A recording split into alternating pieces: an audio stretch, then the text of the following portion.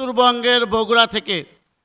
বর্তমানে সুন্নিয়ত এখন ঢাকা কেন্দ্রিক আর চট্টগ্রাম কেন্দ্রিক, কিন্তু আহলুস সুন্নাত ওয়াল জামাতের মান্যবর উলামায়ে কেরাম এবং সুন্নি উলামায়ে কেরাম তারা আসলে উত্তরবঙ্গ এবং উত্তরবঙ্গের দিকে তারা নজর দেয় না।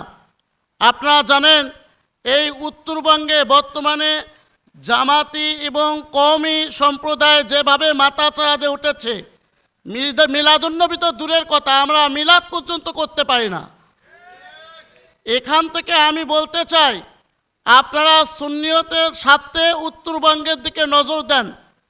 উত্তরবঙ্গের লোক ঈদে মিলাদুন্নবী কি এটা বোঝেই না, জশ্নে জুলুস কি এটা বোঝেই না। যখন আমি 2018 সালে ঢাকা মোহাম্মদপুর কাদেরিয়া তৈয়বিয়া থেকে কামিল পাশ করে গেলাম, তারপরে আমরা জশ্নে জুলুস করেছি মাত্র 20 জন নিয়ে। তো ইনশাল্লাহ এবার আমাদের জশ্নে জুলুস হয়েছে প্রায় 500 লোক নিয়ে, বগুড়ার বুকে জুলুস হয়েছে। আপনারা দোয়া করবেন, সুন্নি উলামায়ে কেরামদের আমরা বেশি থেকে বেশি পদচারণা উত্তরবঙ্গে চাই এবং উত্তরবঙ্গে যেন বেশির থেকে বেশি সুন্নি মাদ্রাসা হয়, এইদিকে আপনারা একটু খেয়াল রাখবেন। এই কথা বলে আমার সংক্ষিপ্ত কথা শেষ করছি। আসসালামু আলাইকুম ওয়া রাহমাতুল্লাহি ওয়া বারাকাতুহু।